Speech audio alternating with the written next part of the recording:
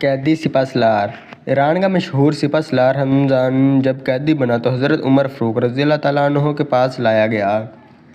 عمر رضی اللہ تعالیٰ عنہ نے اسے اسلام قبول کرنے کی دعوت دی، جسے سپہ سالار نے ٹھکرا دیا تو حضرت عمر فاروق رضی اللہ تعالیٰ عنہ نے اسے قتل کرنے کا حکم دیا، کیونکہ اس نے اسلام کو بہت نقصان پہنچایا تھا۔ جب اس کے قتل کی مکمل تیاری ہو گئی تو اسے عمر فاروق رضی اللہ تعالیٰ عنہ کی طرف سے دیکھ کر کہا، میں پیاس سے نڈال ہو گیا ہوں، کیا آپ مجھے قتل کرنے سے پہلے پانی پینے دے سکتے ہیں؟ حکم ہوا اسے پانی پلایا جائے۔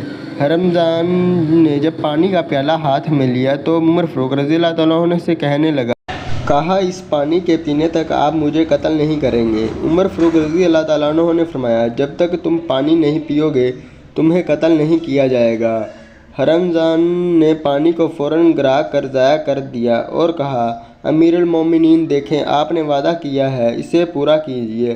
حضرت عمر فاروق رضی اللہ تعالیٰ عنہ نے فرمایا کہ ہم تمہیں قتل کرنے سے رک جاتے ہیں اور تمہارے بارے میں غور و فکر کریں گے۔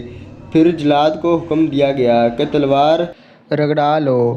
جلاد کا تلوار ہٹتے ہی رمضان نے اشہد لا الہ الا اللہ و اشہد ان محمد رسول اللہ بلند آواز سے پکارا۔ حضرت عمر فاروق رضی اللہ تعالیٰ عنہ نے فرمایا، تم نے اسلام قبول کیا، اچھی بات ہے، مگر تم یہ بتاؤ کہ جب ہم نے تم سے کہا کہ اسلام قبول کر لو کہ تم نے اسے اس وقت کیوں قبول نہیں کیا؟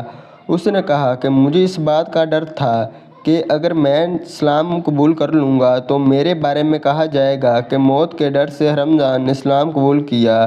حضرت عمر فاروق رضی اللہ تعالیٰ عنہ نے فرمایا، اہل فارس کی عقلیں پہاڑوں جیسی ہیں، جس کا مطلب یہ کہ یہ بڑے عقل مند ہیں، ان کی عقلیں عظیم الشان ہیں، سبحان اللہ۔